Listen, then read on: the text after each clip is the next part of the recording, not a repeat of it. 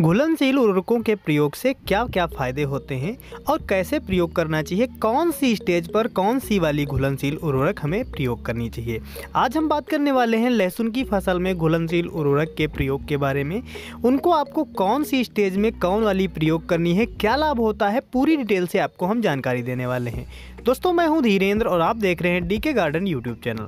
Video शुरू करने से पहले छोटी सी रिक्वेस्ट है, अगर आप हमारे चैनल पर नए हैं या वीडियो पहली बार देख रहे हैं, अभी तक हमारे चैनल को सब्सक्राइब नहीं किया है तो सब्सक्राइब कर लीजिए और पास में बने बेल आइकन को भी ऑल पर सिलेक्ट कर दीजिए ताकि खेती और बागवानी से जुड़ी सारी इन्फॉर्मेशन आपको समय समय पर मिलती रहे। वीडियो पसंद आए तो लाइक भी कर दीजिएगा और शेयर भी कर दीजिएगा। किसी भी फसल का उत्पादन बढ़ाने के लिए हमें घुलनशील उर्वरकों का प्रयोग करना रहता है।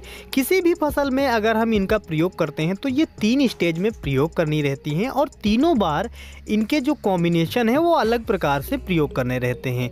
इनके 3 कॉम्बिनेशन आपको लहसुन की फसल में प्रयोग करने हैं, जिसमें है NPK 19-19-19 या फिर इसकी जगह पर NPK 20-20-20 ले सकते हैं। दूसरी है NPK 0-52-34 और तीसरी है NPK 0-0-50। अब हम आपको यहाँ पर यह बता देते हैं कि इनमें कौन सी चीज़ पाई जाती है और क्या क्या लाभ होता है। जो NPK 19-19-19 या NPK 20-20-20 आप लेंगे उसमें आपको नाइट्रोजन 20%, फास्फोरस 20% और पोटेशियम 20%। इस NPK में आपको तीनों में बराबर मात्राओं में नाइट्रोजन, फास्फोरस एंड पोटेशियम मिल जाती है। वहीं जो NPK 19-19-19 है इसमें भी तीनों मात्राएं सेम रहती हैं। अगर 20-20 का प्रयोग करेंगे तो 20% आपको उसमें मिलेगी और अगर 19-19-19 का प्रयोग करेंगे तो सारी चीज़ें आपको 19% के हिसाब से मिल जाएंगी। इनका प्रयोग हमें तब करना रहता है जब हमारे पौधे की वनस्पतिक क्रिया शुरू होती है, यानी पौधा विकास कर रहा होता है, तब हमें देना रहता है।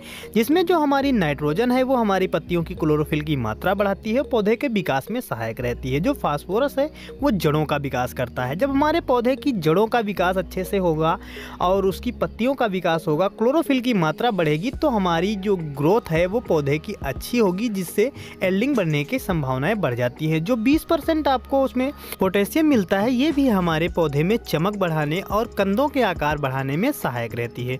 तो इसको हमें जब प्रयोग करना है जब हमारी फसल 20 दिन के ऊपर हो रही हो, यानी 20 से 30 दिन के बीच में है, तब आपको 19-19-19 या 20-20 का प्रयोग करना है। वहीं जब हमारी जो फसल है 40 या 45 दिन की हो रही है तब हमें 0-52-34 का प्रयोग करना है, जिसमें आपको नाइट्रोजन बिल्कुल नहीं मिलेगी, फास्फोरस आपको 52% और 34% आपको पोटेशियम मिलेगी। फास्फोरस कंदों का आकार बढ़ाएगी और पोटेशियम उसके आकार में भराव अच्छे से करेगी और चमक बढ़ाने में सहायक रहेगी।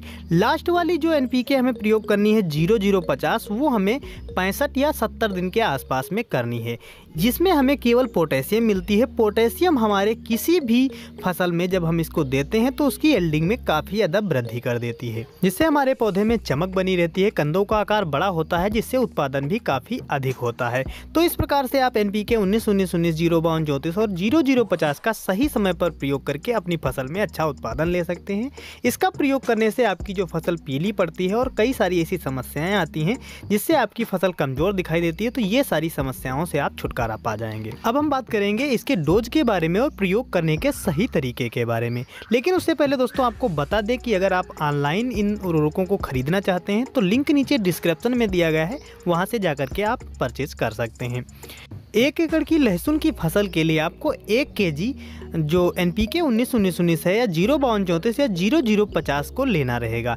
इसको आपको 180 से 200 लीटर पानी में घोल बनाकर प्रयोग में लाना है और उसके साथ में अगर आप प्रति टंकी में 1 से 2 शैम्पू डाल लेते हैं, जिन शैम्पू से आप बालों को कंडीशनर करते हैं, उनको अगर डाल लेते हैं तो काफ़ी अच्छा रिजल्ट रहता है, क्योंकि इसको प्रयोग करने से चिपकू का काम करता है। जो आप सिलिकॉन बेस्ड चिपकू का प्रयोग करते हैं जो कि एक स्टिकर नुमा काम करता है, जो हमारी पत्तियों पर चिपक जाता है और लंबे समय तक असर दिखाता है, तो उसको अगर आप प्रयोग में लाएंगे तो काफ़ी अच्छा रिजल्ट उससे आपको देखने को मिलेगा। तो इस तरीके से आपको प्रयोग करना है। डोज हमने आपको बता दी है और आपको हमने तरीके बता दिए हैं, लाभ क्या होगा पूरी जानकारी आपको हमने बता दी है।